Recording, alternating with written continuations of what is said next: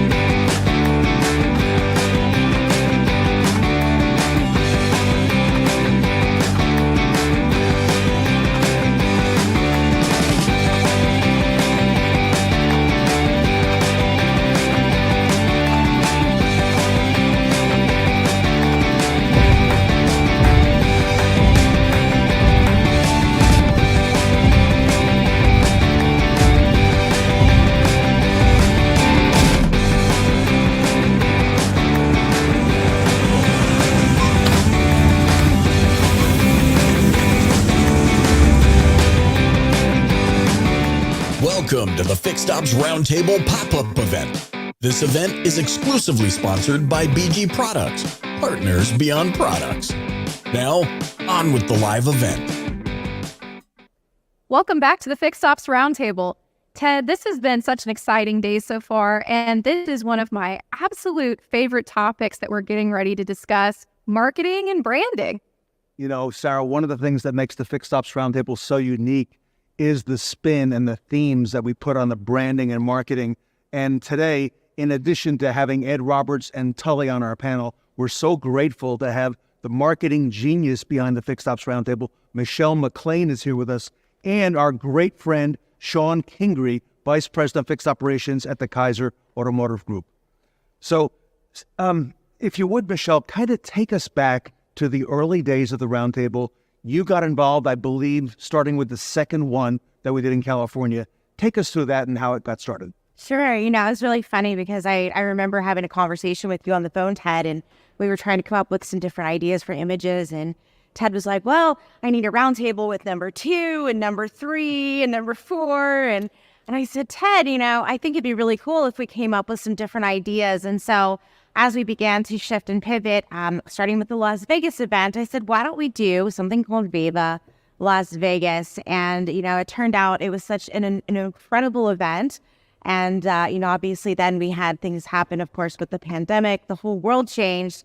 And we also had to change as a company and as the Roundtable. So we made the decision, and it was very instrumental. You know, I had that conversation again, that we were going to move forward in an online realm and continue with our themed events. And I think that it's been absolutely wonderful. I think we have a whole lot of fun, and it really is something that sets our Roundtable apart from other automotive events. So it's been really exciting to come up with them. And Michelle, I think that was really a turning point in March and April of 2020. There was a lot of uncertainty in our business. Absolutely. And we had to decide whether to kind of put the Roundtable aside for a month or two or to go virtual. And I remember, you know, my idea of the next theme was calling it the virtual event, but you said it's got to be much more than that. Yeah. Kind of take us through that, because then we got into Back to the Future and The Greatest Show and so on and so forth. Absolutely. Well, I think that we can all agree, right? 2020 was definitely the year of Jumanji, right? So many different crazy things were happening and going on in the world. And so I thought, you know, everybody kind of was making jokes on social media about what level of Jumanji are we going to reach this week with this ridiculousness. And so we did a twist on it with the Roundtable. And I think that was probably one of the most out of the box events that we did. We did so many different types of themes and graphics and all types of stuff, different videos. And I think that we really began to bring the Roundtable to life with that event. And, you know, now that we are going forward and the things that we're doing, I think each event that we've done since then has just gotten even bigger and bigger and bigger. It's been a lot more interactive. And now we have people, all of our wonderful, incredible sponsors and guest speakers and hosts now are really getting involved with the event. They're dressing up, and I think we're really doing something that's unique, and it's a whole lot different that people want to be involved with. So I think it's been really exciting. So, Michelle, we have the anchors of the event, Tully Williams, Ed Roberts, and Sarah with us here today, and we got our Tully buttons. By the way, that's part of the branding and the messaging. Enter Sean Kingery. Sean, how did you get involved with the Roundtable at the inception? So back in 2020, I was working with somebody who I actually met through your roundtables, was John Fairchild. And John was coming to some of my stores when I was still here in Florida. And he introduced me to you. And that started, like I said, that was over 3 years ago. And, you talk about how you've grown and how you've progressed since then. I remember doing my first panel in my living room against a white wall, spent half of it looking out the window because I was so nervous, drinking Diet Coke every 12 seconds, to wearing wigs and cowboy hats now. So we've obviously progressed a little bit since then. You know what? You've actually moved the needle because you've been involved with the branding. I remember when we came up with the Back to the 80s event, Tully and Ed, you might want to speak to that. We got a text late one night from Sean Kingery on some things that he recommended we wear. I'll let Sean run with that one. Well, that's all right. So we were doing a live event on Monday or Wednesday night, and we're literally doing the live event, and I'm sending a text message. Hey, everybody, get on Amazon. You can buy this wig. You can buy this shirt. And literally that same night, we all had the same wig. We all had it. It was great. Long, hang the hat on there, and then we had to get into the moves. We did. So I had to let it come from Sean because that's where the personality came from. And we all ended up, he sent the same link out. So we had the same wig, and it was perfect. We did. So, Sarah, I know you could speak to that as well because you've been dressed up and worn the wigs back at the Roaring 20s and so on.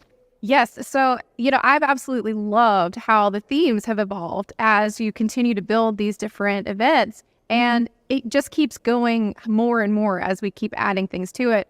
And I think my absolute favorite has been the Roaring 20s because of some of the amazing outfits that some of the people have put together. And, Ed, Tully, with y'all, some of the themes have been really impactful. How have they really impacted you and your organizations as these themes have developed? It makes it fun. I mean, people want to make the conversation a lot of fun. So all of us have gotten dressed up and we make it more fun. And then, we're waiting for Sean to send us the next link for the next one so we can dress up for the groovy 60s, right? So we can't wait to have fun and then talk about great stuff about fix ops. What better thing can we do? They get to relive history a bit, and we get to learn about history and tie those elements together, and that just makes it fun for everybody. But Ed, it's also been said, what does this have to do with fixed ops? The Roaring 20s, back to the 80s, Jumanji, is that really fixed ops? And, my answer to that is, we've put a different take on fixed ops and made it fun and exciting.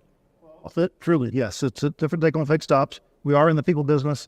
And it's all about connecting with people, and everybody's going to connect at a different level. And so we have these different themes. Some will connect a little tighter than others, but it all hits at some point. And it's connecting with people. And we're in the people business, and that's what we should be doing. So Michelle, speaking to what Ed and Tully and Sean and Sarah have been saying, people have been dressing up for these shows. We've actually had not just Best Practice Awards, but Best Dressed Awards. So Michelle, down the road and in the near future and far future, are the themes going away? Or are we going to continue to expand on that and make them better? No, we are absolutely going to continue to expand and make them better. I think what's really great is that this is an opportunity for people to step outside of their comfort zones, right? Sometimes it's pushing the bar to the next level and doing something different. I mean, we've all been to all of the different automotive events, and it's usually the same people and the same things and the same lineup. And this really gives people an opportunity to let their personality shine. And so absolutely, we're going to continue with the themes to get bigger and better. And I can't wait to see what we're going to do in the future. So I'll be spinning my wheels after the Ford Stock event to see what we're going to do next. And as always, if you have any creative feedback, we'd love to hear from you. Feel free, you can reach out to myself or Ted and give us your idea for the next event. So it's super fun. So I have heard when I was at your organization that not only do you embody the theme, but you actually wear that wig throughout the dealerships. You're wearing it all day, walking around with that, and people have come to expect that of you, Tully. Well, it makes it fun. I mean, there's crazy Tully with about the hour guy, but you know what? Life's too short to be upset and wound up. Let's make it fun, and that's the reason why these things are so much fun to come to now. I mean, I think it's more about the theme than it is what we're talking about sometimes, right? And then, what crazy wig or what crazy costume, it just makes it a lot of fun. And then everybody at work, they love it. And then we take shots, we put them on there on our TVs for everybody to look at, and then we get people to dress up. I mean, isn't that the coolest thing ever? And Ed, going back to 2020, the year of the Jumanji, that was the first year that we began with the Tully buttons, all right? Where I was so impressed with the fact that I saw a picture online that you and your staff, there had to be 20, 30 people in that room in Florida, 2,500 miles away from California, were all wearing the Tully button. That one was easy. There's been some different themes that's been a little bit tough because I have a glass office, so everybody that comes by can see. And I'm sitting in there with wigs on or costumes on or whatever else, and they're walking by thinking, Ed's fell off a cliff already. It's been fun. Sean, your feelings on the themes and where we're headed with those as well. Listen, this business is a grind, and you ask what it has to do with fixed operations, how it's related to fixed operations. The business itself is a grind. Any fun you can twist into it or turn into it, the fun you can have, and again, and I don't need to turn this into this, but you asked what the fixed operations are, the table and the round tables and everything that's brought to me is everybody on the stage. I wouldn't have met any of you. Totally add the relationships and turning the fun side of it. And, no pizza, we all know Marco, and all that stuff. And people talk about it. You go to events, you go to NADA and you walk around and people are like, hey, I saw you and I saw your Star Wars stuff. And it's all of that. It's all the themes. It's a big deal. And you know what, Sarah? Not only, when I first met Ed, he was on the cover of Fix Ops magazine, which he's been several times now. But Sarah, to see you on the cover of Fix Ops magazine, to see Tully on the cover of Fix Ops magazine, and the same thing with Sean Kingery. Michelle, I guess that you're next. Where's Ron Overs? I want to be on the cover next. All right, so the marketing and branding are unique at the Fixed Ops Roundtable. We're very grateful to everybody who participates in our events, and so thankful. Here we are at our third pop-up event. A lot more coming up here at the event at the Fixed Ops Roundtable. Stay with us. Hi, I'm Darren Gresseth, President and CEO of BG Products, and I'm excited to show you why BG Products is the ideal partner for dealerships around the world. For 50 years, BG has led the industry with innovative solutions to automotive challenges, but it takes more than great chemistry to be the industry leader. Today, we have over 50% of the market share among new car dealers in the United States. In fact, an independent study found that 5 out of 6 U.S. dealerships choose BG products over the competition. Our integrity, dedication, and investment in people are at the heart of our continued success. BG maintains the highest standards for quality assurance, environmental management, laboratory competency, and health and safety management through our ongoing certification with ISO. Our BG Proving Ground experts are dedicated to field support and advanced automotive testing. The facility includes 9 full-service automotive bays and 3 dynos, which provide real-time data. This comprehensive testing fuels our constant drive toward innovation. From service and parts managers to service advisors and shop technicians, BG is committed to the ongoing training of automotive professionals. Award-winning digital training solutions like BG Certified, the BG Tech app, and the BG Advisor app are available 24/7 in the palm of your hand. BG reps get first-hand experience through our internal training program called BG University at our headquarters in Wichita, Kansas. These reps in turn provide comprehensive training to your staff in person right on your service drive. 30 miles away, sitting on 40 acres in El Dorado, Kansas, are BG's manufacturing facility, distribution center, and tools and parts warehouse. BG's custom-built, one-of-a-kind manufacturing facility spans the distance of 3 football fields and is where high-quality BG products are manufactured and packaged. Just south of Wichita, in Derby, Kansas, our BG Automation Division and Certified Machine Shop manufacture the BG tools and equipment that are a crucial part of each BG service. BG doesn't stop in Kansas. We provide what no other company in our segment can. Dedicated, full-time BG experts in dealerships across the world on a weekly basis. Our BG distributor network spans the globe and is supported by a hard-working corporate team in the Midwest.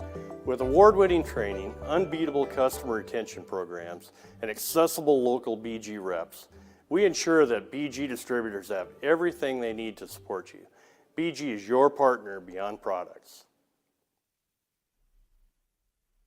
Hi, I'm Ted Ings, and I'd like to announce that Quantum 5 is now a certified partner for the Fixed Ops Roundtable. Sarah Van Tine is here on behalf of Quantum 5, Vice President of Sales. Sarah, congratulations. Ted, on behalf of Quantum 5, thank you so much for having us. We're excited to be part of this. Everybody, for more information on the Roundtable, visit us at fixedopsroundtablecertified.com.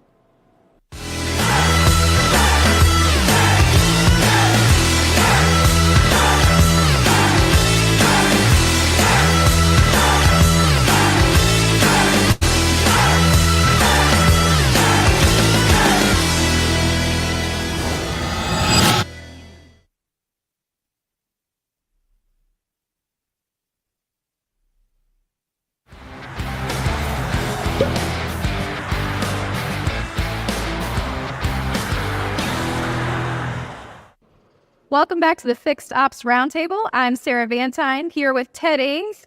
Ted, we have an amazing panel today. Looking forward to talking about vehicle reconditioning. Yeah, and we've got some of the experts here, including Brad Schaefer from Recontract. Brad, welcome to the Fixed Ops Roundtable. Thanks for having me.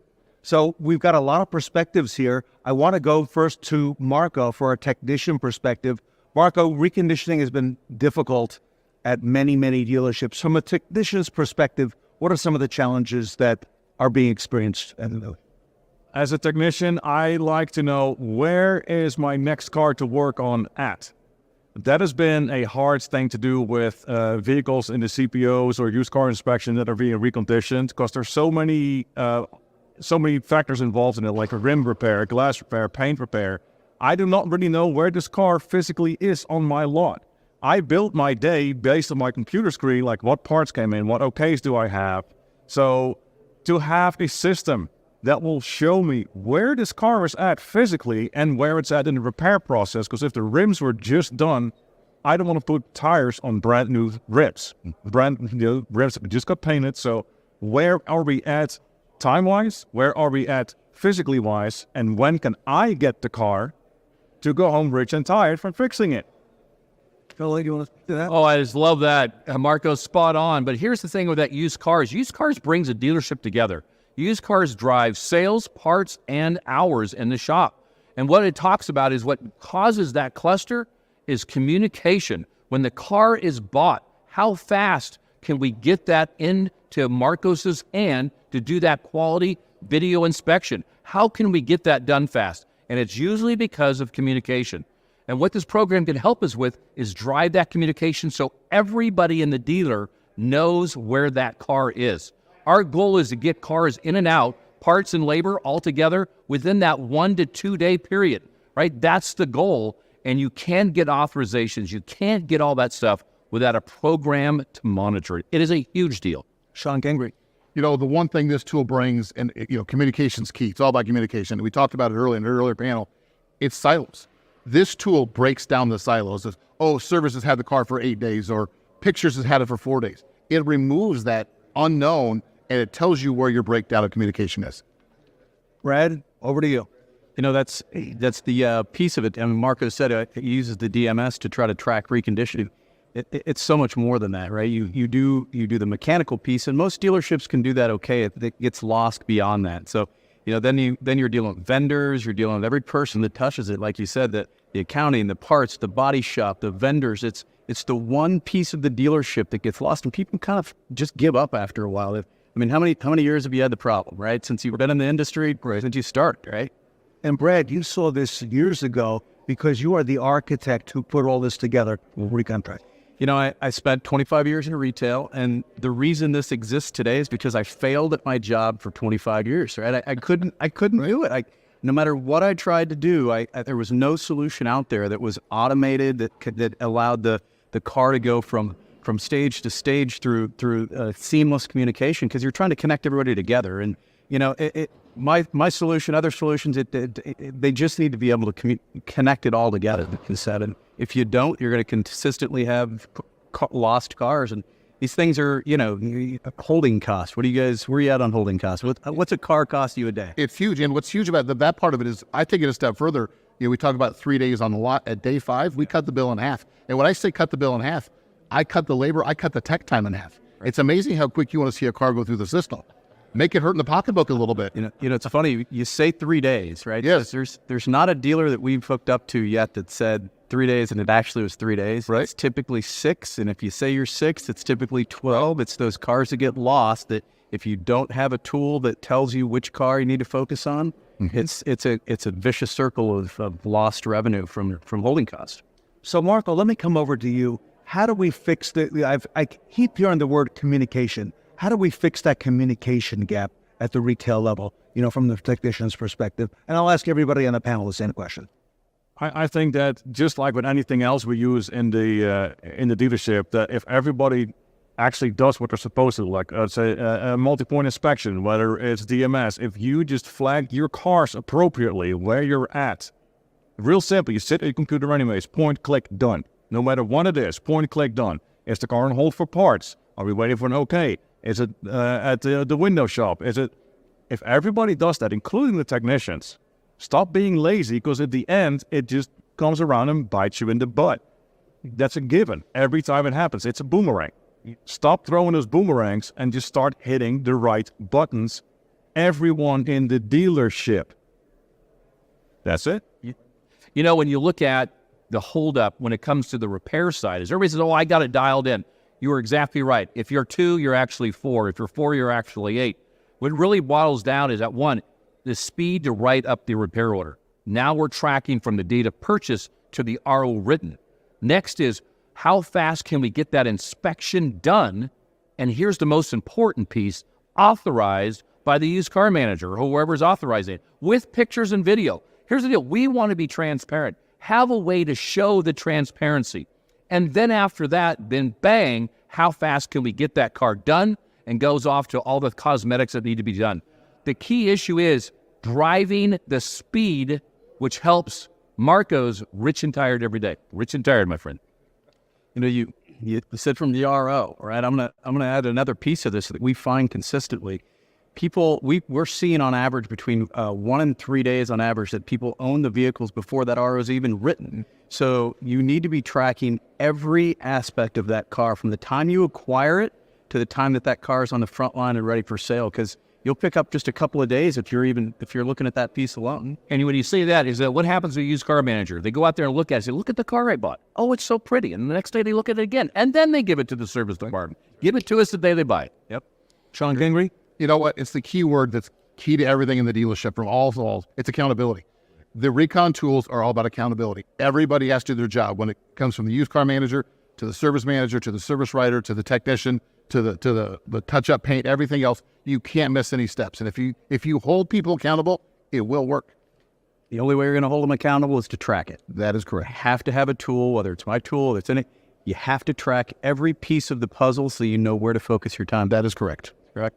Sarah, here we are seeing tracking and measurement as another important facet in our dealerships, and I know you're very familiar with that on the retail side as well. Data is so important, and the processes that go into the data are so important. And this is a really great solution to help you figure out where some of those holes can develop in the process and how to go about fixing them when you do have things that you need to address. And Brad, I'll give you the last word on this. We've seen in the last 18 months to 24 months such an importance on those used vehicles as the market continues to fluctuate. Is reconditioning going to remain at the forefront, at the top? Because there's such a focus on it right now that I've never seen before. There's I don't have a crystal ball, but it's always been important since the Model T, right? I mean, it's been a consistent process, consistent problem. I think the focus that you're seeing now is there's analytics to show you why it's so important. Before it was this made up number, and now you're able to put tools in place that can show you exactly the profit that you're losing each and every day from the holding cost and the loss of production. And so, to fix it, you got to first and foremost decide you have a problem.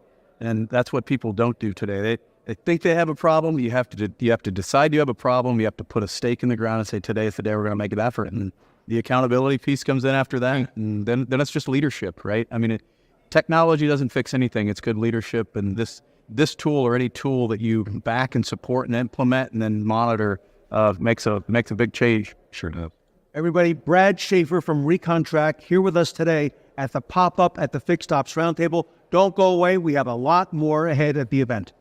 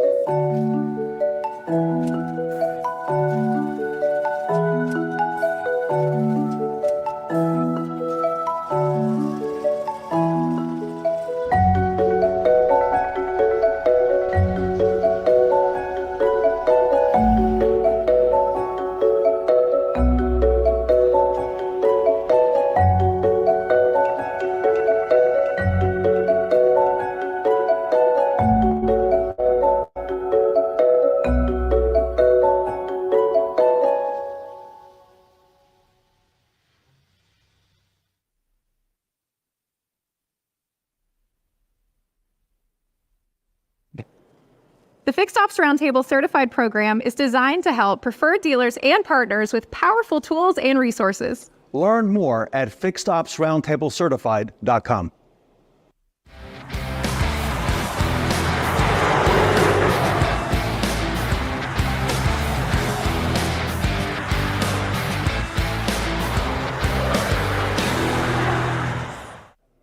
Welcome back to the Fixed Ops Roundtable. I'm Sarah Vantine here with Michelle McLean. We have a couple wonderful women on this panel today. We're excited to be asking them some questions about some of their experiences being women in automotive. Michelle, isn't this exciting to have some other fellow female entrepreneurs and women that have been in the industry? It absolutely is. And we so rarely get to see people from the DMS side. So we're super excited to welcome these incredible women from Reynolds and Reynolds. Ladies, why don't you introduce yourself? Tell our audience a little bit about who you are, what you do at Reynolds and Reynolds, and why you love our automotive industry, maybe what got you into this industry to begin with. Great. We'll start. I'm Diane Pranitha. I'm a regional sales director for enterprise groups at Reynolds and Reynolds. And I've been with the company for 18 years now. I actually started in automotive right out of college with Ford Credit. So I have a pretty good Ford background. I've been at the Ford Parts and Service event here on several occasions.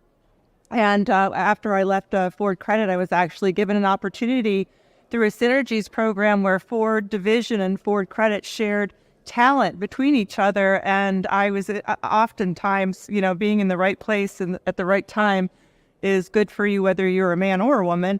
And in that case, I was up against a man and I won the position over into Ford Division, and I became a zone manager with Ford Division. And I stayed with Ford for several years before I left and actually did a stint in retail doing F&I, which is very eye-opening just to have the retail experience. And then after that, I I'd gotten married and I had my son. I took a little time off and I came back to work with Reynolds and Reynolds, and I've been with them ever since. And my name is Danielle DeConning. I'm also with Reynolds and Reynolds. I'm the account manager here in Central Florida, and I've been with the company about 7 years now. Coming out of college, I studied business, and you come out of college as a business major and the world is your oyster, right? It's like if you go to school for nursing, you come out, you're a nurse. You go to school for business, you come out, and maybe you don't know exactly what you want to do.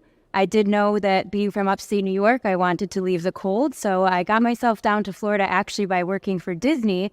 And as magical as that was, I decided that a career in sales was what I wanted to pursue. And in my, applying through online applications, Reynolds and Reynolds was one of the companies that I applied to 7 years ago now.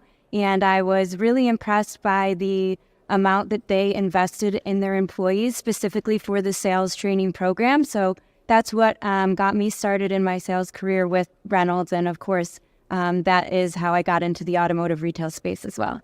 Diane, it's been so exciting to see some of the developments that women have had in the industry in more recent years. You know, I remember when I got started, sometimes you'd look in a showroom and there wouldn't be another woman sales consultant or service advisor. So tell us, Diane, in your career, what have you seen that's been so impactful to some of your success? Well, I started in 1996, and a lot has changed since then to now. And I've seen things from both the OEM perspective, the retail side of things, and now working with the vendor as a DMS provider. I have seen so many changes, honestly, over that many years for women, especially. I think in the beginning, there were fewer of us in certain positions. On the finance side of things, women have had a footprint for quite a while. But when you started getting a little higher up in the management positions, there was definitely a lack of female presence, back when you talk about the late 90s. But it started to pivot around that time, honestly. And I think right now, more than ever, is a fantastic time for women to be in the automotive industry. And, once you kind of get your foot in the door, you never want to leave because it's a very fun industry to work in. It's never, we always say, never a dull moment. There's never a dull moment in this industry. And right now, one of the most exciting things that I'm seeing is that female technicians are showing up on more regularity in all of our dealerships. And I work with some large dealer groups that encourage that by working with certain trade schools to promote, especially at-risk youth, and right now with a focus on women, getting them into these positions that have typically been male-centered. And we are now seeing more female technicians, and they're doing fantastic. And it's just it's a foot in the door to something that can lead to management positions later on, and just something where women haven't typically had much presence. So it's very exciting to see that. I suppose it's similar to the way that we're seeing more men in nursing. That it's good to just kind of get a lot of diversity in every industry. So it's a good time now for women to consider roles in automotive, and it's certainly a more flexible industry than it used to be. Danielle, you touched on some of the ways that Reynolds and Reynolds has really impacted your career. Tell us, what has really been an example of a time where they have helped you succeed? Definitely. I think that a big proponent of success outside of the company specifically is who you're able to surround yourself with and who you work with. So I would say that my direct leadership team has provided me with amazing opportunities to be successful, as well as the opportunity to participate in events like this and meet women like yourselves that definitely can, help me advance my career. And just generally speaking, I would say, for women or men to never let an immutable characteristic determine or be the leading, factor as to what you want to pursue in life, and that women can be successful in any area of the automotive business. Write that down. That's going to be a famous quote. Diane, this has been so exciting to see all of the progress that we've been making. You touched on so many different points with technicians and all the different facets that women have opportunities in automotive. What would be your one tip if you could leave women with? How could they get their foot in the door, continue to move up? I think that whatever you put your mind to, you should give it 100% of what you have. And so if you take a position, and if you're coming out of school, you're not in your dream job typically, you have some stepping stones to get there. And those stepping stones are very important to give you even the opportunity to get to that dream job. So when you have your foot in the door and you are able to show what you're made of, and find people that are good mentors. I know that when I got to the position that I'm in now, where I have the opportunity to mentor newer women coming in out of college into Reynolds and Reynolds and into the sales field, I take that opportunity to help them, kind of show them the ropes, a little bit of things that will help them, go through the process a little bit easier and avoid some of the pitfalls that you can make when you're new to business. So I really do believe that the people, and it wasn't always women that were available to mentor me. I mean, one of my best mentors is standing out here right now, and it's a guy. Thank you. And they were really wonderful and always treated me, and wonderfully, gave me a lot of opportunities to continue to move forward and advance my career. So definitely finding people that you can surround, that you can learn from, and who encourage you to, move forward and be your best. Danielle, if you had to give a tip to women as they're considering getting into the automotive industry on the vendor partner side or the dealership, what would be your advice? Sure. My advice would be that in every situation in life, there are going to be advantages and disadvantages to you personally, and that no matter what career path you want to take, lean into your advantages, work hard, and those two things paired together will lead to success. Michelle, I think this has been a really awesome panel discussion. Any final thoughts? Well, we're just so excited to have Reynolds and Reynolds represented here on the Fixed Ops Roundtable. Thank you guys so much for joining us today. We wish you the best of success, and we're super excited, as always, to bring more females into this industry, especially, right, Sarah, on the fixed ops side of things. And as these wonderful ladies said, we're seeing so much of that now moving forward. Diversity, inclusion, and so many things that we're so proud of here at the Fixed Ops Roundtable. And we're just so grateful that you guys were here today. So thank you. Thank you. Well, Michelle, Danielle, Diane, on behalf of the Fixed Ops Roundtable, thank you so much for being on this panel today. Don't go away. We have more coming up on the Fixed Ops Roundtable. Stay tuned.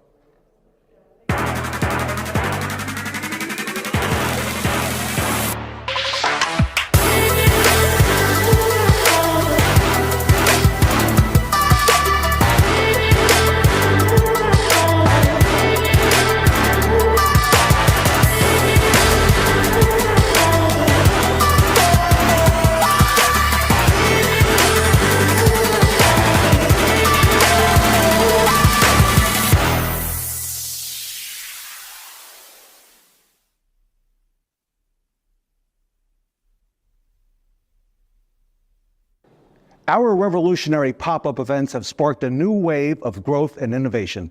Become part of the brand that is shaping retail fixed operations at fixedopsroundtablecertified.com.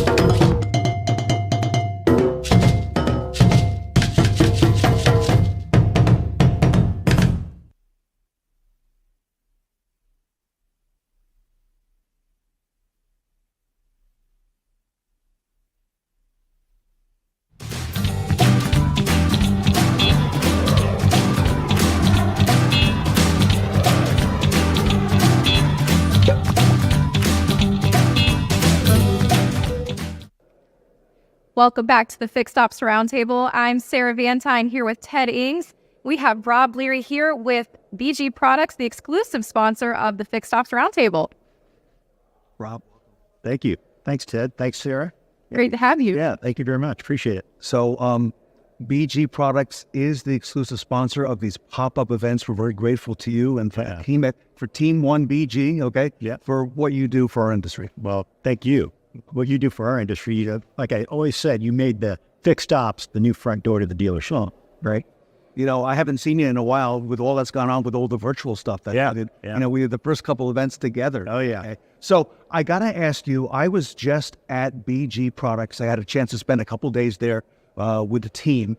Very impressive, by the way. No, thank you. Yeah. Yeah. It's a wonderful facility. I mean, with all the technology driven there, it's pretty amazing. And you've got a number of facilities. One of them is 30 miles away in that El Dorado campus. Amazing, the warehousing and the packaging and how you put it all together. Yeah, it's so clean you can eat off the floor. You can eat off the floor. Yeah, literally. Amazing. So, all right, bring us up to speed because as you know and as Sarah knows, a lot of changes happening in our industry. Yeah. One of the questions that I had when I came up there to BG was, okay, EVs are coming. We're all aware of that. You know, it's kind of the question that a lot of folks may not want to talk about, but how are EVs going to affect what's happening at the new car dealerships around the country and how that's going to affect BG Products? Yeah, I mean, it really is the elephant in the room. You don't really see it talked about. You see automotive news, you read all the articles about EV and everything, and it's great. But the reality is that the EV market is going to be a slow take, right? In the next 30 years, EVs will overtake the combustion engine. We all know that's going to happen, but it's going to be a long, slow process. And I start looking at the complexity of the EV market and relative to the ICE engine, as we like to call it. And there's so much growth opportunity. Just as an example, NADA just put out a study actually back in 2021, and it stated that we did $689 billion in service and repair maintenance business in the industry, right? That means dealer, independent, mass merchandiser, et cetera. In the next 5 years, we expect that's going to grow to $950 billion. So when you think about that from a perspective and you look at the EV market and, oh, woe is the EV to the parts and service side, the reality is it's not going to have an impact for a long, long time. And the growth opportunities are huge and immense for our industry. Example. So I look at AutoZone, right? AutoZone is a huge parts supplier, right?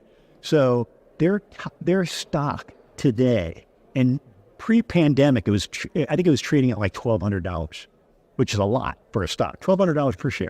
Today, I just looked at the stock market, over $2,500. So for a business that appears to be going by the wayside, it's not going anywhere, right? It's nothing but going up. And a lot of room. I know that BG is preparing because I had a chance to see a lot of the things they have coming. Very impressed with all the technology you've also got in place at BG. Yeah. And I think that's what's going to hold us as a company together is all of our technology, all of our new products, whether it be EV or ICE engine, it doesn't matter. BG will be there for the long term, for the future, for our dealers, for our distributors, and of course, the consumer. I know there are some big growth initiatives coming from BG. Oh, yeah. Maybe some you can and some you can't talk about. I don't know. Anything you want to share with the audience? Well, I think we kind of let the cat out of the bag a little bit with our distributors and all of our reps. I think it's worthwhile saying. So we entered into a pilot program with General Motors, and OEMs notoriously have not, quite frankly, played friendly with us yet in the preventative maintenance space, but they saw the need for, especially when you start to look at these smaller engines, right? You get the GDI engines and difficulty with the fuel problems that they're having. They were looking for a partner to have that could actually solve a lot of their GDI engine problems. So we've been working with them for about probably the past 5 years, and finally we came to an agreement, and now we are going to be the provider for fuel services for General Motors. We will co-brand it under AC Delco and BG brands. We will supply that to all GM dealers, so that will give us an opportunity to capture, if you will, and capitalize on all General Motors dealers. Right now, we got about 53% of the total dealer market, 23% of the units. Wait, say that number again. 50 what? 53% of the dealer market. Of the dealer market. Every products. manufacturer, every franchise, and BG products. Yeah, Nobody can say that. No, and it really is our distribution channel, our distributors that make up over 800 reps, literally calling on our dealerships week in and week out. It's what makes the 53% possible. But beyond that, when we look at that, we believe we can double our growth. And just in the General Motors side of the business, and then we think that will yield itself to, now I'm here talking at a Ford program, so I apologize, guys, but the reality is Ford has the same problems. They got GDI engines, they have the same fuel issue problems. Every vehicle out there has a lot of these problems and more. But that's our first entree in, and we think it's going to be a fantastic partnership with General Motors, and we're super excited about it. Rob, congratulations on General Motors. I know it's been in the works for some time. Yeah. That's going to be an explosive growth opportunity for BG and for General Motors dealers as well. So congratulations to you. BG truly is, I've heard the phrase, partners beyond products. Yes, we are. Thank you very much, Tim. So, Rob, grateful to you at all Thank BG you. does for our industry. Sarah? Good to see you again. Thank you for being here. Yeah. Everybody, Rob Leary with BG Products, Partners Beyond Products, here today at the third pop-up event at the Fixed Ops Roundtable. Stay with us. The Clean Air Car Care campaign is BG's green initiative designed to promote the BG Platinum Fuel System service, which has been proven to reduce harmful emissions. Additional services featured in the campaign include the BG Platinum 44K service, which restores fuel economy, and the BG Climate Control service that will refresh the air inside your customers' vehicles. Advisors can match the service with the customer's biggest concern. Is it performance and fuel economy? Is it the environment and emissions? Or is it the air quality inside their vehicle? The services offered with the Clean Air Car Care campaign will provide your customers with clean air both inside and outside of their vehicles. Talk to your BG distributor about how to sell more services with BG Clean Air Car Care.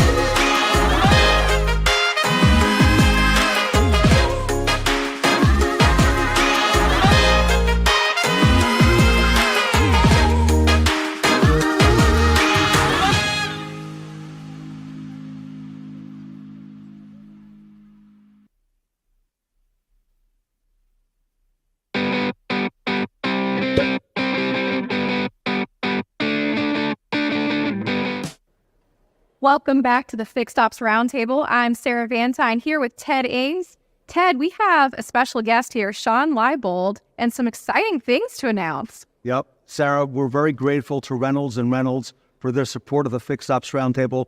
Want to welcome Sean Leibold, the Director of Industry Relations. Sean, welcome to the Fixed Ops Roundtable. Thank you so much. Pleasure to be here. Yeah. So, Sean, we recently at the Roundtable have created a retail advisory board, and of which everybody up here is on that board. And I want to come to Ed Roberts, if I can first. Ed, we've got a lot of partners. We've got a lot of dealers involved with the Roundtable. Why have a retail advisory board at this time? Well, a lot of times we sit in our offices and we look out and say, okay, if they had this tool out there, they can make this happen with it. We put something together that the industry doesn't embrace. Well, reality is we don't bring the end user in or the one that brings that to life. And when we bring them in and let us know what they have front line, then we can adapt from that and go forward. So I appreciate you guys being a part of that. No, appreciate that. Teller? I think that having great vendors is great partners, and partners make your store successful. You know, and having this advisory board is great to have great partners help us and help our dealers be more successful. Making sure we have the right people on that advisory board, making sure we make sure that people know about what they can do for your store, to me, is so huge. So, Sean, I got to tell you a funny story. I've told it several times. Last summer, I had a phone call on my cell phone from an unknown number. It was in Ohio, okay? And I pick up the call, and it's a gentleman named Chris Walsh, okay? Sarah, I did not know who Chris Walsh was at the time. And he says, Ted, I'm interested in speaking at the Fixed Ops Roundtable. And I'm with Reynolds and Reynolds. I said, excellent. What do you do? Okay. And he told me I'm the president of Reynolds and Reynolds. And this is a true story. And I said, well, I know Reynolds is composed of many different brands. And so I go, which part of Reynolds? He said, Ted, I'm the president of Reynolds and Reynolds. I want to speak on the roundtable. And Sean, we had never had Reynolds on before. So Chris came on. Ed, you were a big part of that segment because one of the things, Sean, I thought was important was that a seasoned Reynolds dealer be able to ask some questions as well. Ed, you and I enjoyed that segment with Chris as well. Absolutely. And Reynolds is changing the way they do business. And like Tully said, they want to become more of that partner rather than just being a vendor. And it's very much welcomed. No, we appreciate it. And sorry you got Sean Leibold today, not Chris Moss, but Chris and his executive team is one of the biggest reasons that I'm currently in this position. And it really, I'll go back to your comment when you talk about vendors and partners, it really is about the partnerships. We have a huge belief now that is extending throughout the organization where Chris he's really pushed down hard on our organization to wake up every single day and want to help the dealers some way, somehow. So that's our mission at Reynolds. I tell you, that having that philosophy is what makes a great partner, and that's what makes really what the Certified is all about. Is those kind of vendors make a difference for us at dealerships. I agree. Yep, and makes it easier for us to do business. It really does. I think when we can all collaboratively work together and just kind of find those common places that you guys are struggling with certain issues, then we can all come to standards and do some things that make sense for the dealer. Especially when it's a DMS. See, now you got one voice, right? Yeah. And Sean, your role as Director of Industry Relations, take us through that a little bit of what you do at the Reynolds Company. Yeah, so some of my primary focus is doing things just like this, is to support the industry associations, the industry initiatives, making sure that we're not only financially assisting in some of these, but also, as subject matter experts, where we can do workshops, like we're going to do a couple here while we're here. Supporting our ADAs, developing tighter relationships within ADA, and influencers in the marketplace like yourself. So it's one of my big roles. So Ed, I know you've got a great relationship with Reynolds and Reynolds at Bozard Ford Lincoln.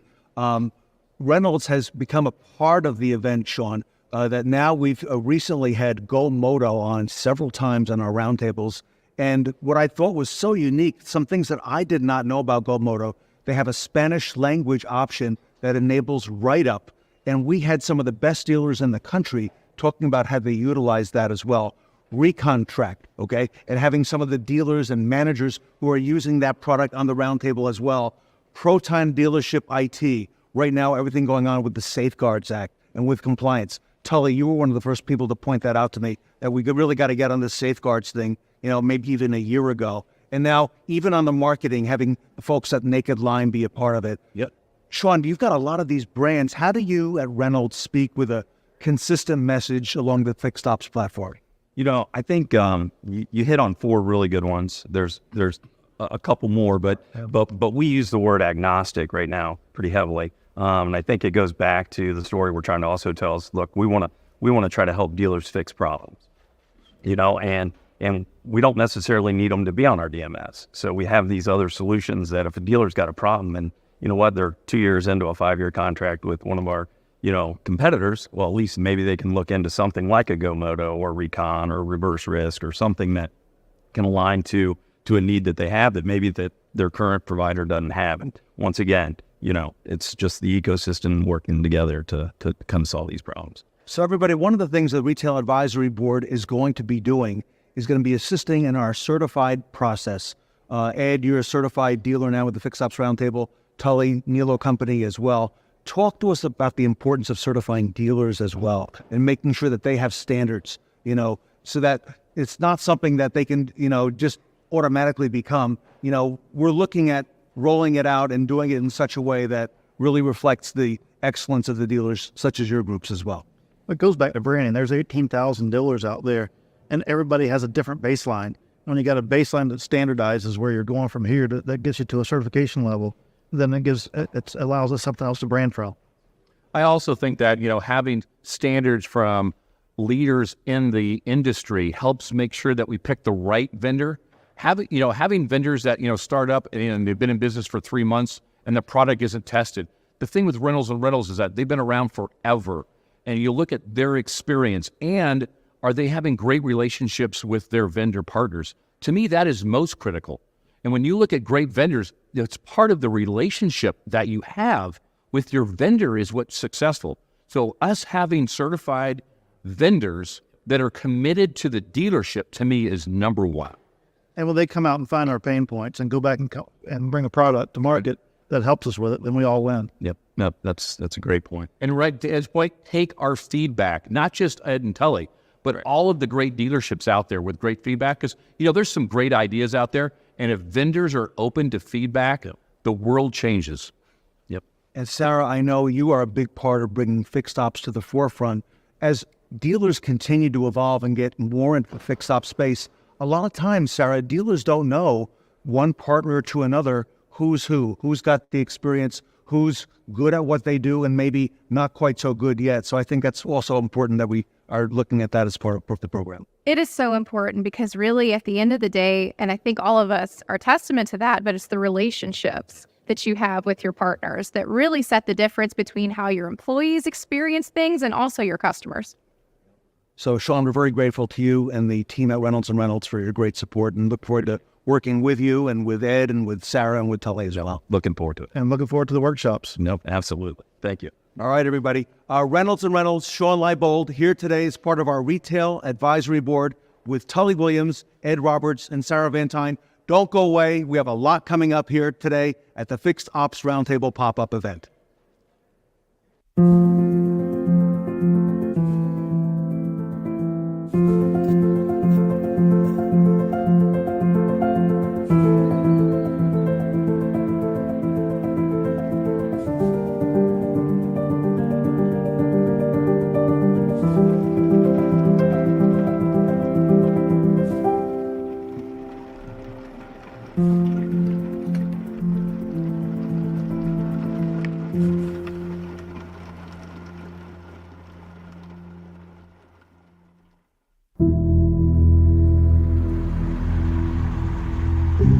Signs.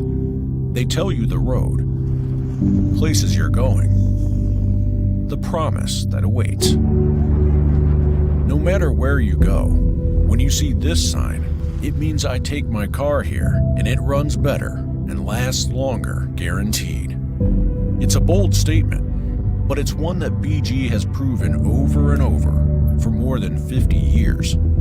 It all started when the founders of BG Products in Wichita, Kansas were looking for a breakthrough. They developed the first BG formula. Skeptics said it wouldn't work. Anyone who tried it knew that it did. Pour it in, and engine performance and life improved, just like that. But BG wasn't about to be contained to a can. What started in the engine spread to every working part of every kind of vehicle and to every part of the world. Because all BG products and services have one ingredient in common: innovation.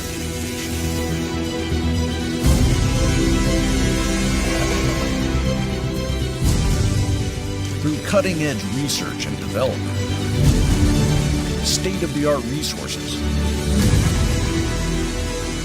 and an unwavering commitment to quality, BG leads the way with proven solutions of real-world drivability problems. That's why, worldwide, professionals use BG products, services, tools, and equipment every day. And why every year professionals from around the world attend BG University, the most advanced client success program in the industry. And why everything BG does is proven to deliver customer satisfaction and retention. Today, customers don't just look for a shop, they look for a BG shop. What can take a product from the heart of America into the hearts and minds of car owners all over the world? This sign and what it means. Now, ask what BG means to you. Because BG works worldwide.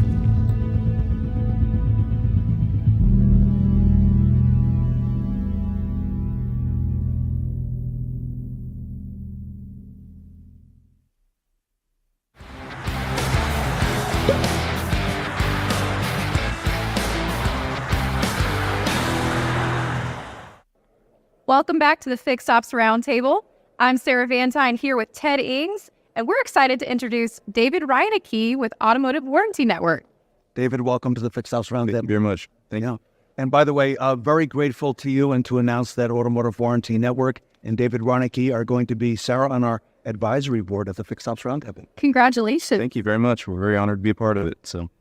So right now, warranty is a huge and growing part of our industry. David, if you don't mind, we want to ask you a couple questions today about that. Tell us, at this time, why would dealers consider, rather than doing it all themselves, why would they consider a company like AWN, which, by the way, is the biggest in the industry, handling billions with a B dollars of transactions on behalf of dealers? Yeah, so it's very important.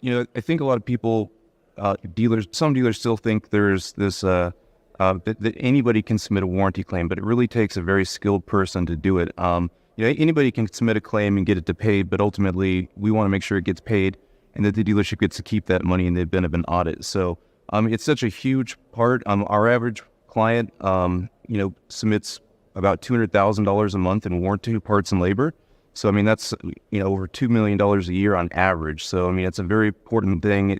So you want to have the skilled person in there, making sure they're collecting your money properly and making sure you get to keep it, because, that does get reviewed and it can be charged back in the event of an audit. So, and, with a lot of the, personnel issues and lack of, for lack of a better term, people getting into our industry, I think what you're doing at AWN is very unique and key, because also, folks don't call in sick. And those are receivables. Those are dollars. Every one of those are ours. Yeah.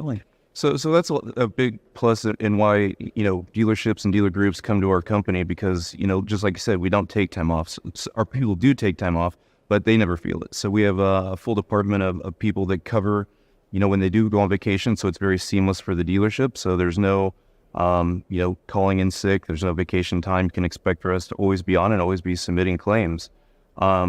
We also have train people, so it's not like you're getting somebody green that's learning for it on your dime or the dealership's dime.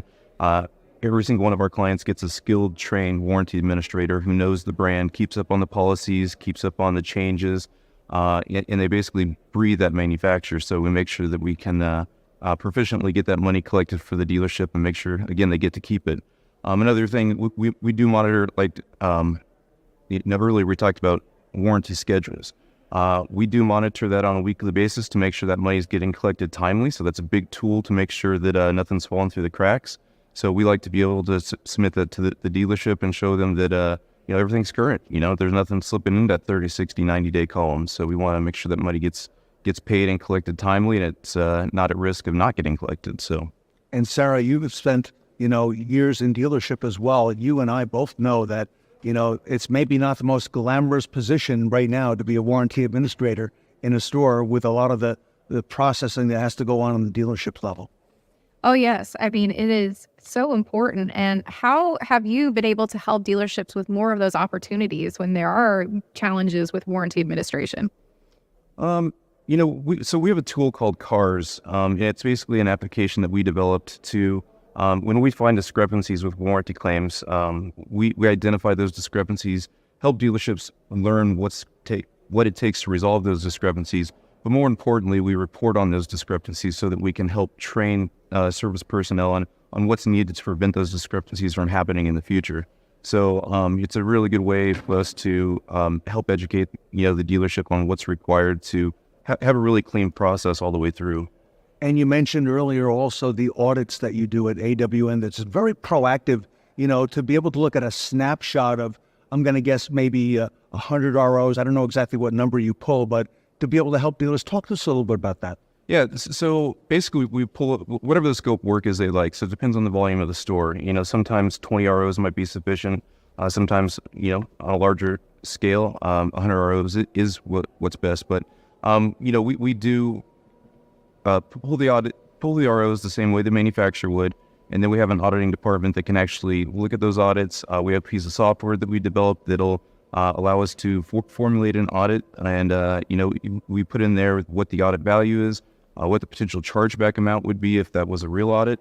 And it's a really good way for a dealership to see where they're at if the manufacturer were to come in today without having, it be a real financial impact.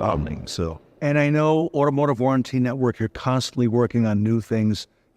What's new and up and coming? What should we be aware of that you're working on at AWN? So we're always using technology and software to better the process. So, we're constantly making new reports, new ways to help a dealership be more efficient. And in general, just really working to have the very best people, the very best training that we can. Like I mentioned, we have highly skilled, trained warranty administrators. We're very proud of that talent that we have. And so, yeah. Yeah, you do this every day, and you're the biggest, and you handle all those dollars in warranty. So very grateful to have you and the organization part of the Fixed Ops Roundtable. Thank you. And to be on the advisory board. And Sarah, that speaks volumes for a company like AWN to have them involved with us. Oh, yeah. So this is so exciting to have you part of this. And thank you for being here today. Thank you. Thanks for having me. I appreciate it. David Reinecke, everybody, from Automotive Warranty Network, here at the pop-up event at the Fixed Ops Roundtable. Stay with us. We have a whole lot more coming up.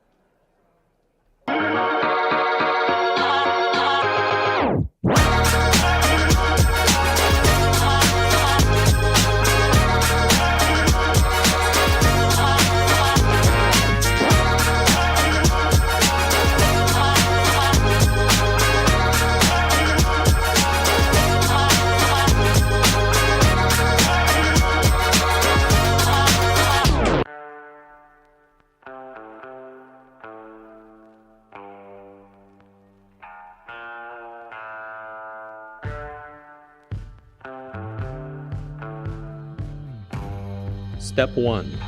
Verify the service selector is in the off position.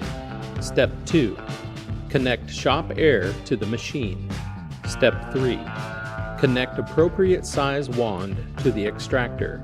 Trim the wand to size as needed. Tip. A shorter wand with a larger diameter will speed up the service.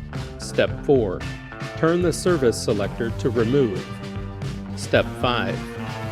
Insert extractor wand into the component port on the vehicle and open the ball valve on the extractor to start removing fluid.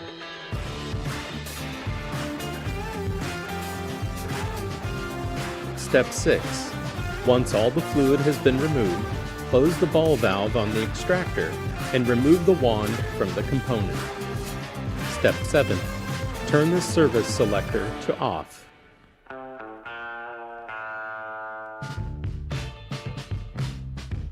Step 1. Verify the service selector is in the off position. Step 2. Connect shop air to the machine. Step 3. Raise the draw tube by lifting up on the knob located on the top of the machine. Place appropriate new fluid container for the component being serviced onto the mat and lower the draw tube into the container. Step 4. Connect appropriate size wand to the dispenser. Step 5. Insert the dispenser wand into the component port on the vehicle and turn the service selector to add.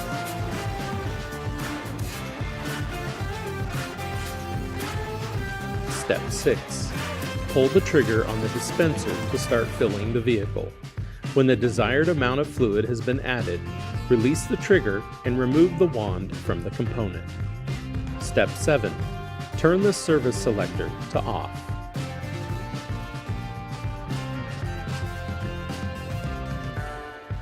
Step 1. Verify the service selector is in the off position and the ball valve on the end of the extractor is closed. Step 2. Connect shop air to the machine. Step 3. Place and secure the extractor wand into a suitable waste container. Step 4. Turn the service selector to empty. Step 5. Slowly open the ball valve on the extractor. Step 6. When the used fluid tank is empty, close the ball valve on the extractor. Turn the service selector to the off position and remove the wand.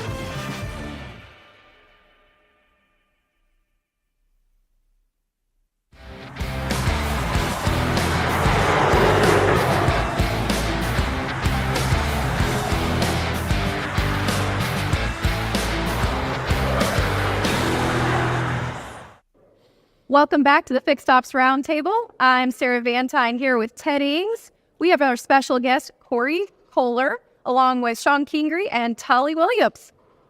Everybody, welcome back to the Fixed Ops Roundtable. Corey, on behalf of Go Moto, great honor to have you with us today. Pleasure to be here today. Thank you. You know, Corey, Tully Williams always talks to us about the importance of time and the hours. And Tully, you know, one of the things that kiosks can help us do at the dealership is help save us some time, and talk to us a little bit more about that. You know, you think about this in the morning where you have 100 appointments coming in. You can scatter them out, but what happens? They all show up at 7. And I think what we see here is that people are comfortable using kiosks.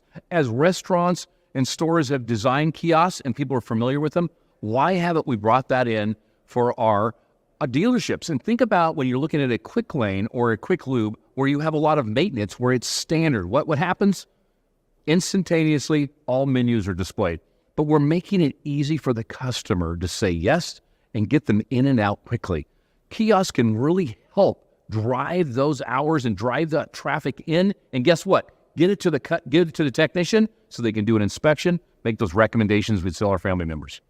Sean, your thoughts on kiosks helping us get off on the right foot? You know, it's all about the time. It is all about it's about scheduling what's convenient for the client and not what's convenient for us. With pickup and delivery, and with after hours pickup and before hours pickup. Listen, customers can't come in from 7 to 5 every day. It doesn't work. It has to work what works for them and not what works for us. Corey, you're on the front lines with Go Moto. What are you seeing? For sure.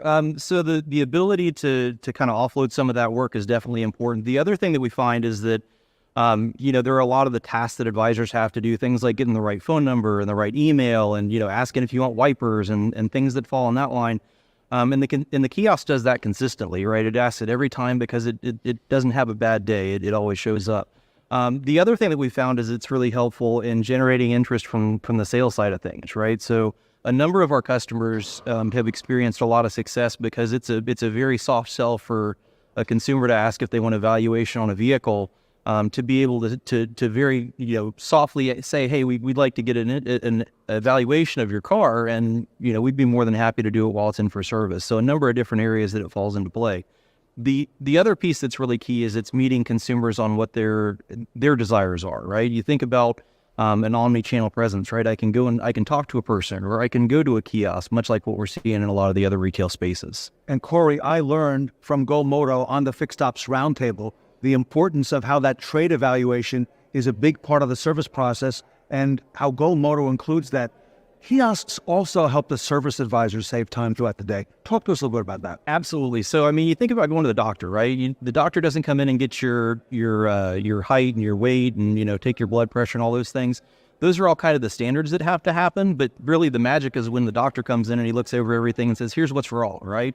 And that's ultimately what we're trying to get to, is let's help offload a lot of those tasks that otherwise would have to be done by the tech or by the advisor, and kind of load them up a little bit further in the process so that we're able to spend the time at really looking at the vehicle and identifying items that need to have additional attention taken on it. Sean, your thoughts about saving the service advisors some time? Listen, it's all about time. It's, again, how much more time they get. It's freeing up the phone calls. It's freeing up, again, we'll call it the incidental side of it, the pre-check, all that small stuff. First of all the boxes got to be checked. Otherwise, you can't communicate. You can't track, okay?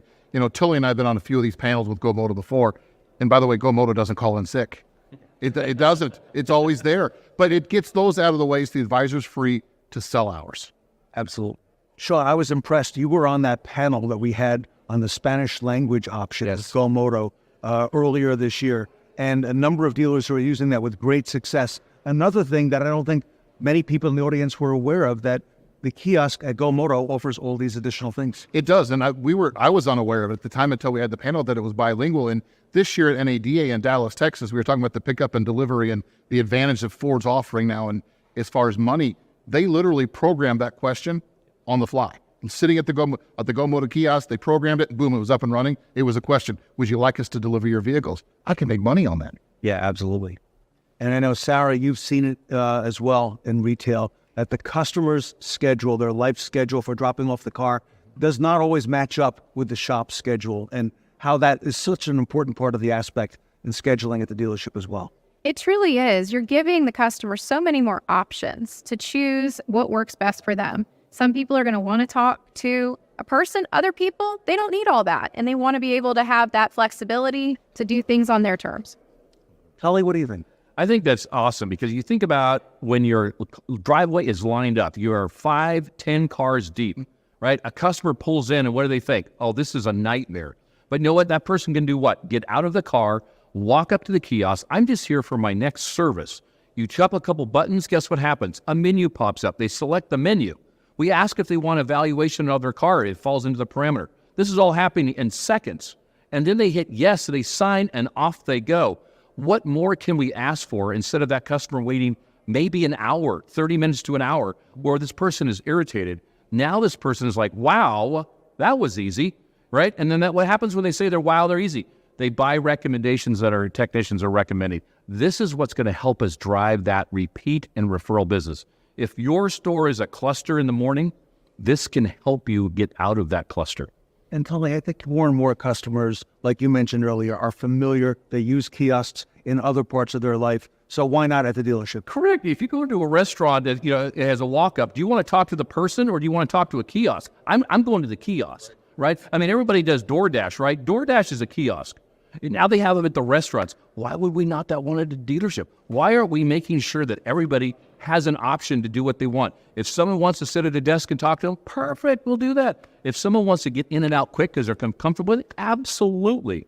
That is what we're trying to do. Just trying to drive repeat referral business and make people happy in the service drive. Well, and even to expand on that, it's not even the service drive. It's also in mobile. So one of the features that we have built within Go Moto is the ability to do a mobile check-in beforehand. So very much like what you said, where customers are comfortable on their devices, they're able to go through all the same things that they do with the kiosk process. And really, it's just that last, kind of coming through and making sure that they're there at the dealership. So it's meeting that technology where, really where they expect it. The other thing that's that I really think is helpful is that it helps eliminate a lot of that communication, like the breakdown that happens from the customer to the advisor and ultimately the technician. Your thought, Sean Gangway? Well, we talked about it earlier that the incidentals you have to do, it hits it every single time. It gets the phone number, it gets the email address, it gets the best method of communication. How do they want to be contacted? Is it text message? Is it phone call? Is it email? It never misses. It's consistent every time, 100% of the time. Absolutely. Corey, talk to us about the importance of that consistency, because a service advisor who works with 8, 10 or more customers per day, as the day goes on, that consistency can lag and fall behind. Talk to us importantly about that. Studies have shown that we're most productive first thing in the morning, and then it starts dropping off after that, right? So this helps deliver a consistent experience, whether it's 10 o'clock in the morning, whether it's 2 o'clock in the afternoon, right? It's always kind of that same cadence and that same pattern that the consumers become used to whenever they're checking into the store or even checking out after hours. Sarah, isn't this exciting to see all these new technologies and trends and how they continue to evolve in our industry? It's just making the customer experience so much more diverse. You have so many different options for people, and that's what people want. They want to choose what works for them. And Corey, congratulations and thank you for being part of this, because it's really exciting to see what Go Moto is doing in our industry for that. For sure. So very grateful to you, Corey, at Go Moto, changing the landscape of retail fixed operations. And you know what? You continue to evolve, and it gets better and better with more applications as time goes on. Yeah, certainly. We've been continuing to kind of push that envelope from a technology standpoint. So adding, the ability to do before and after hours, key drop and key return. I mean, I think about, I started almost 20 years ago in service. You guys were talking earlier as a service porter, right? Moved up to advisor and moved over to the dealer services provider side of things. But I think about like how we used to do it, where we left the keys with the cashier, or we locked them in the car, or, some of the things that we would do just out of necessity, where now we're able to incorporate that in, or even the drop box, right? We have a key drop box and it works just great, but a lot of times you lose a lot of stuff in translation that happens through either of those sides of things. So it's really exciting to see where the technology is going and what we're able to help deliver to dealerships to be able to deliver to their consumers. Everybody, Corey Kohler with us today from Moto here at the Fixed Ops Roundtable, along with Sean Kingery and Tully Williams. Stay with us. We have a lot more coming up at our pop-up event at the Fixed Ops Roundtable.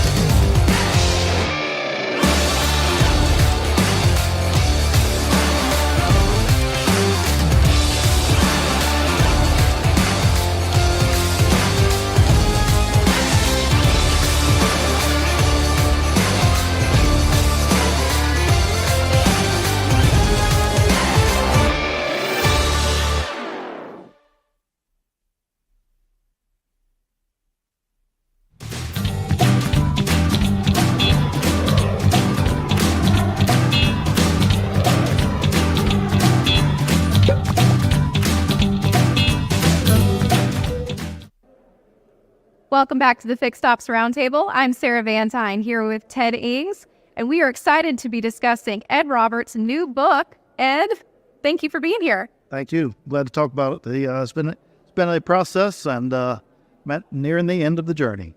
Well, Ed, we're very grateful to all that you do for our industry. I got to ask you, what prompted you to write the book? That's actually a long story, but I'll keep it short. People's been telling me for about 20 years that you should write a book, Ed. And I thought, there's no way that this guy will write a book.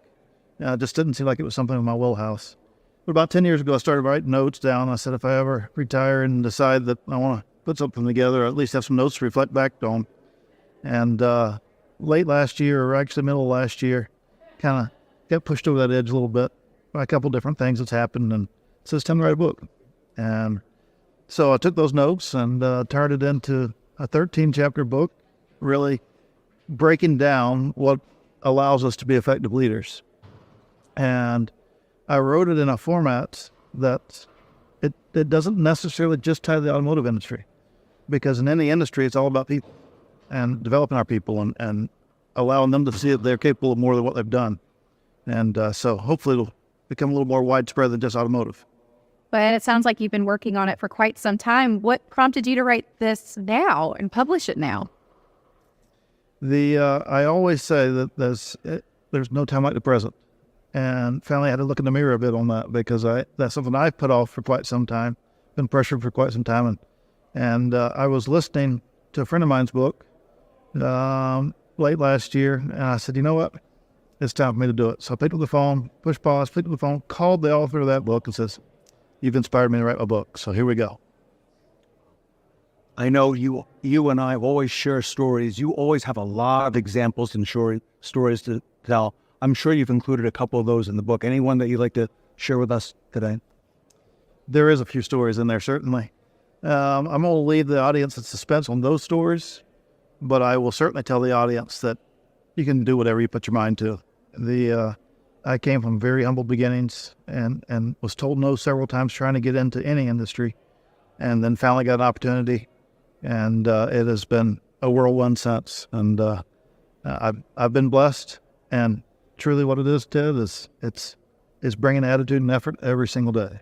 And those are two things that we control without any other influence. But this is so exciting, and I know a lot of people are going to be eager to read it. How do you hope that this book is going to be able to help others? I hope those people can, as they read the book, can connect with it and find a way to, if they can just pull something. There's 13 chapters. If they can pull something out of one of them and make them better humans, then we've all won. And it's not that we all win, it's their team wins as well. Ed Roberts is all about helping others in an industry, helping others grow, helping them succeed. Everybody, we highly recommend a copy of the book, Ed Roberts. Ed, congratulations to you on all your success and all that continues going forward. Thank you, Ted. Thank you, Sarah. Thank you, Ed. Yes. Ed Roberts with us, everybody. Don't go away. We have a lot more coming up at the third pop-up event here at the Fixed Ops Roundtable.